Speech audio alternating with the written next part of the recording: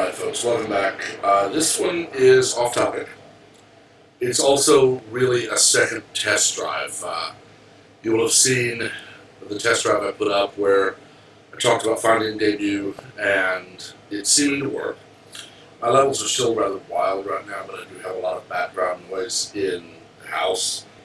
So I'm trying to figure out ways to mitigate that. But I have been seeing a lot of YouTube videos from creators of all types of content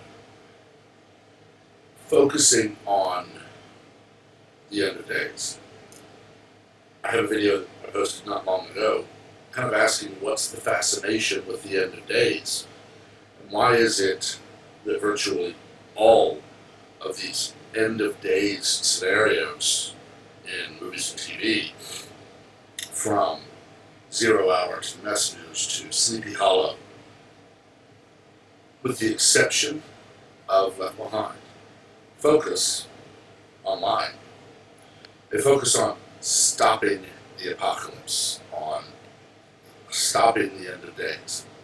Sleepy Hollow blatantly portrays the Four Horsemen as demons bound to Moloch. And that's not the case. If you look at the end times, in virtually every version there is, God will judge the world. Man was created perfect in the image of God, given the world in the garden where he never aged, felt no pain, there was no sorrow, there was no hunger, nothing. It was utopia. And we'll never have that again until the millennial kingdom on earth and then the new heaven and the new earth. Because of original sin. Now, I've said this before and I'll say it again. Eve was deceived into sinning. Adam chose. Eve was deceived by the serpent. Now, I don't want to speculate on could animals talk in the garden. I don't know. Based on animals today, I doubt it. But the serpent is often an allegory for the deceiver, Satan, Lucifer. And it is not inconceivable that the first among equals of angels, the morning star, could deceive humans into thinking anything that he wanted them to think. So whether he could transform into a serpent, whether he just deceived Eve into believing he was, whether it is just a name given to him, Eve was deceived. And when she ate of the apple, or the fruit of the tree of knowledge of good and evil, and didn't fall over dead, she told Adam, I didn't die. Adam knew what God had said, and ate. Had Adam not, then Eve would have been cast out, and Adam would have been left in the garden. Whether there would have been another companion for him created, I don't know. We never will, because that's not for us to know. The thing is that once sin entered the world, it just propagated exponentially. By the time of Noah, mankind was so corrupted that God flooded the planet. I don't agree with the theology of Seventh-day Adventists. I don't agree with the theology of that denomination, but there is an interesting series on Amazon Prime produced for the Seventh-day Adventists called It As in the Days of Noah. Pardon me. In this series, they show how the geologic record taken from Russia or Europe or Asia or Africa or North America, they show the same things. They show fossils just suddenly appearing in the geological record. doesn't happen. Okay, you don't go millions of years with only one type of fossil ever being preserved. All of a sudden, you have all these other fossil types showing up, all at the same time. It's just not the way it works. And for it to be uniform across the planet is proof of a planetary catastrophe of some sort. Now, I am not a meteorologist, I am not a geologist, I am not an archaeologist, I am a historian. I study history, I read as many sources as I can on a topic, and then I draw conclusions from that. More often than not, I'm left with more questions that send me down more trails. This is fun for me.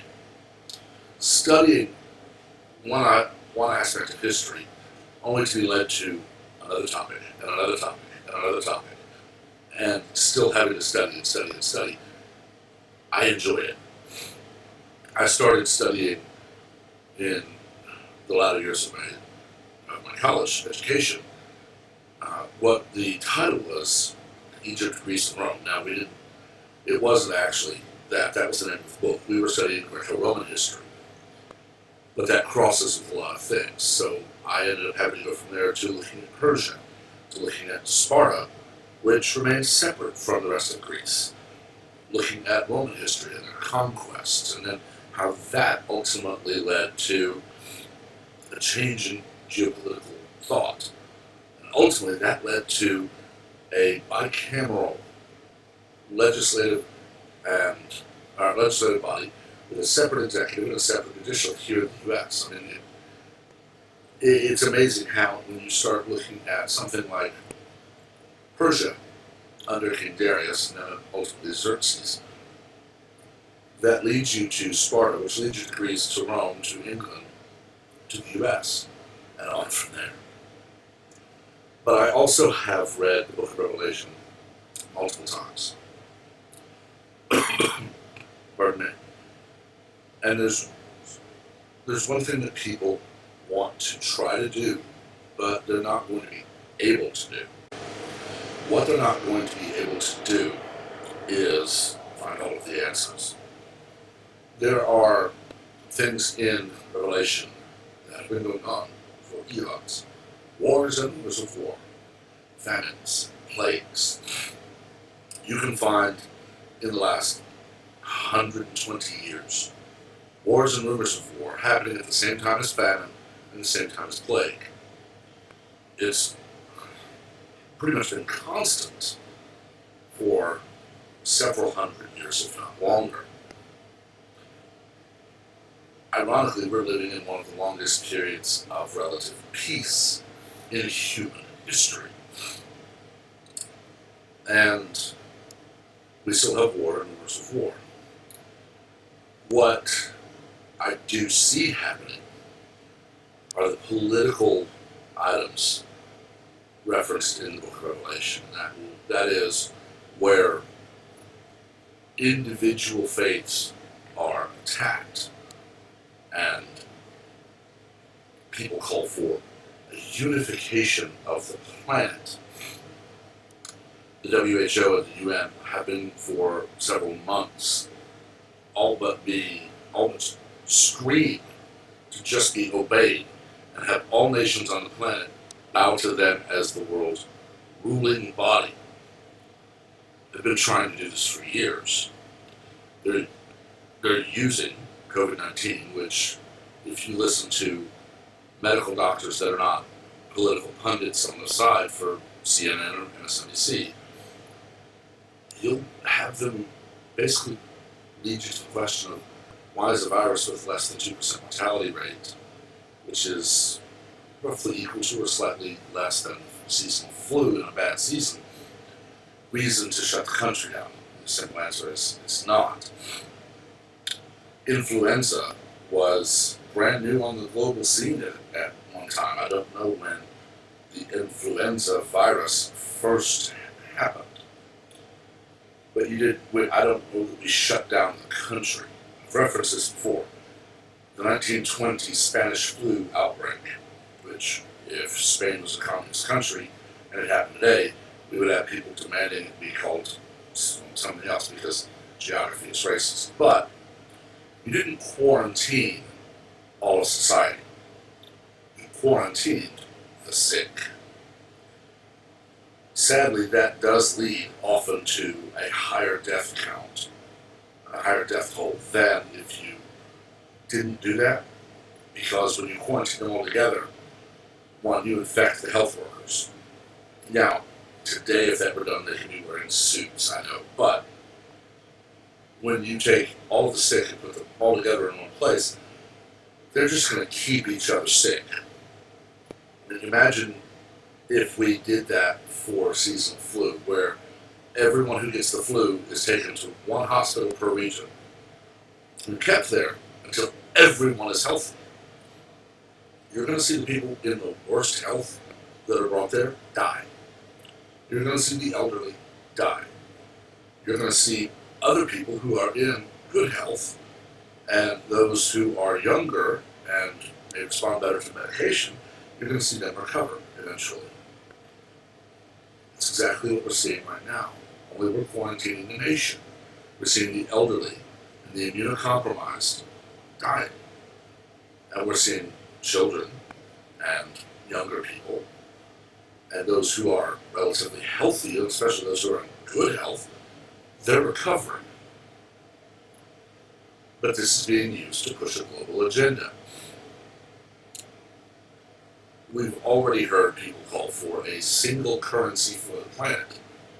Right now, most people are still saying that should be Bitcoin, completely digital. I've said before, and I'll say again, the day that the UN says the world will bow to us, the day that a college dropout who happened to be lucky enough to see how to combine certain things to create the idea of an operating system and then be smart enough to market it so he can make enough money to hire programmers who actually finished college to keep it going. The day someone like that mandates that I take a vaccine that he approves of, the day I'm told I must use digital currency only, it's the day you'll see me living in the woods, fishing, trapping rabbits, collecting rainwater. I may not live long that way, but I'll die on my feet before I live as a slave to a tyrant.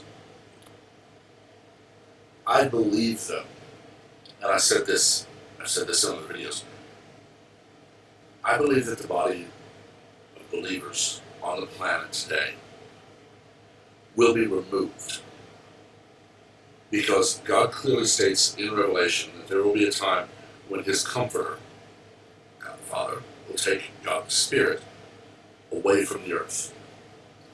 Christ, God the Son, clearly said, I will never leave you or forsake you, for if I leave you, I will send another in my place. When He ascended to heaven, the Spirit came. So if the Spirit is then out of earth, pulled away, those who are in Christ will go with Him. And then the world that's left will be put through a tribulation and ultimately judged. So far, I've not seen any of the actual signs that are clearly stated. An asteroid falling to Earth, poisoning a third of the waters, a third of the sun's power gone. A normal eclipse doesn't do that. And it only does what it does for a very short time. But it clearly says the sun shall be as sackcloth and the moon shall be as blood. That is a solar and lunar eclipse in a single day, possibly visible at like exact times, so that we know exactly what happens. I mean, I've never seen it. We know that we will see other things, boils, plagues, in that time visited on the earth. The 7 trumpets and the 7 seals. I'm not saying we're in the end days. I will say, as I would any other day, we are closer now than humanity has ever been. But I can also say we are closer now to the year 1 million than we have ever been. And I'm always going to be right when I say it, because as I say it, we are chronologically closer to any point in the future than we've ever been in the past. It's simple logic. But the problem I'm seeing is the government seems to no longer care about the citizenry. We have even red states like Texas where what I thought were conservative towns letting people go who were rioting, letting people out of jail because of COVID-19. Give them all masks, make them wear a mask. You won't wear a mask, you go solitary confinement. A mask is good enough for me to go to use when I go to Walmart to buy groceries. Why isn't it good enough for the prisoners? No, you have to let them out. But a barber in Dallas can be sent to jail because she opened her business. We're seeing in other states, New York City alone has seen a more than 350% rise in violent crime since de Blasio started his fine "I'll hit the police with you" routine. Newsom and Garcetti have all but told people if you leave your house, you'll be shot. They are going to true draconian lockdown. I won't be surprised, honestly, to see Newsom declare that no one may leave their home, that all groceries and supplies will be delivered by the state.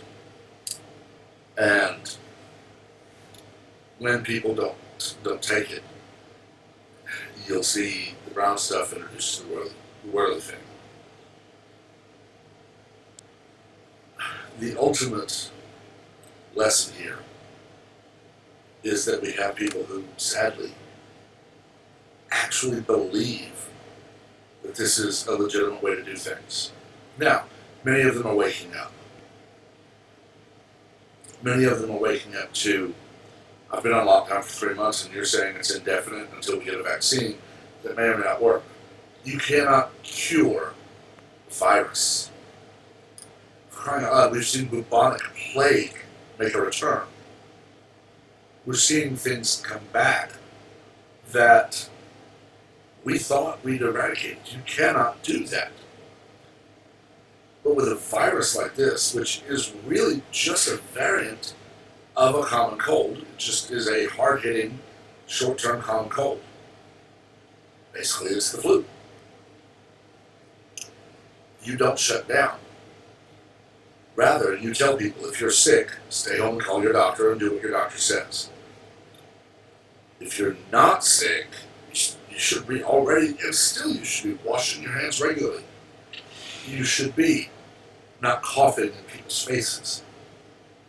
If you have to cough or sneeze, cover your face when you cough or sneeze. I do that even here. I said it and I'll say it again. I'm a smoker. 25 years ago, I stupidly picked up one of the dumbest habits a person can pick up. And now, 25 years later, I'm still a slave to it, although I'm doing better at getting to a point where I'm no longer a smoker. But because of that, my cough, I tend to have expectorant when I cough, and I don't want that getting all over my house. Because I don't want that getting all over my house, I don't want it hitting my computer screen, I don't want it hitting my TV, I don't want it on my pots and pans or anything else in my house. I cover my face when I cough or sneeze. It's habit. If I don't have something, cough or sneeze into your elbow. It's common sense, and it should be common sense 100% of the time. I'm not sick. For a 43-year-old male who can stand to probably lose 30 pounds and has been a smoker more than half his life, I'm in actually relatively good health. I still cover my mouth when I cough or sneeze. If I wake up and I'm not feeling well, if I have a fever, if I have, stomach problems or whatever, I don't go to work. My company is incredible about supporting people when they say, I'm too sick to work. I can tell you, with my allergies, I do get what I call day colds or day flu. If I eat something too spicy, or if I forget to take something out of my fridge and I eat something that I should have thrown away, or if my allergies hit so bad that, drainage and stuff, and I'm throwing up, I don't go to work. I take medication, I drink a lot of water, I sleep, I sweat the thing out, I go to work the next day. I've had a couple of those days, and I end up going to work at lunch, because work is 2 foot that way, and my bed is 10 feet that way. I've had days where I'm working in sunglasses in my house where it's not that bright because I have a migraine headache, but I'm not going to be causing people any distress because I work from home. And that's a good thing. I still, as I've told you, need to finish my house. Being able to, work when I ate something stupid last night means that I don't use up vacation time. I've had a couple of days, but thankfully it does appear my allergies are getting better as I'm smoking less, which gives me hope that I might be getting to a level where they don't bother me hardly at all. But that is common sense. Why do we have people who demand that I ignore what my doctor has told me? I've said it on Twitter, I've said it on here, I'll say it anywhere I can. My doctor has practiced medicine as a family practitioner for longer than I have been alive. Yeah, that's a long career. The man loves his job. He loves helping people. He is a great man. And even before all this crap happened, he would tell anyone who asked, stay home if you're sick, call me, I'll tell you what to do if it's come see me, or if it's get you back to the hospital. If you're sick, don't go to work. If you're not sick, get up and go to work. And, he knows me. And he knows you're a smoker. Your cough is going to trigger a gag reflex sometimes if you get that bad of a coughing fit. You need to know when it is sick and when it's not. My doctor, when I was in high school, younger, definitely, but still, he says the same thing. Now, and I've reached out to both. Both of them have said, as well as other doctors who don't know me from Adam, have said, if you're not sick, don't wear a mask. That holds everything you're exhaling right at your face and your mouth and nose, and you're just inhaling all that stuff your body just said get rid of. Largely CO2, but other things. If you're sick, stay home, don't go to work, call your doctor, and do what your doctor says. If I get sick and I call my doctor and he tells me, go to the hospital or come see me, I'm going to put on a mask. I have several. And I'm going to put one on, and I'm going to get to my doctor's office or the hospital, and I'm going to listen to the doctors. I can tell you, my doctor would prescribe hydroxychloroquine if I was confirmed as positive for coronavirus. It's now been proven by the Henry Ford Institute that hydroxychloroquine coupled with azithromycin or a Z-Pack works. Other doctors. I can't post their videos here because YouTube has bowed to the Democrats and said, hide everything you can about this drug that actually works. They're pushing a globalist agenda. And that globalist agenda will remove your constitutional rights. All of them. Under that globalist agenda, Xi Jinping you say it. Well, very simply, he'd be able to do whatever he wanted. Imagine a world where the UN, who's beholden to the WHO and China and other powerful people who are only powerful because they have money. Imagine a world where the president of China can say, this person in Texas, or this person in, I don't know, Surrey, or this person in Adelaide, Australia, they said something mean about me on Twitter. Can I go pick them up and make them apologize? The UN's going to say, sure. He's not even really going to ask. He's just going to declare that as a citizen of the world, he has rights. The WHO has already stated that they believe they have the right to go to anyone on the planet and take them into custody.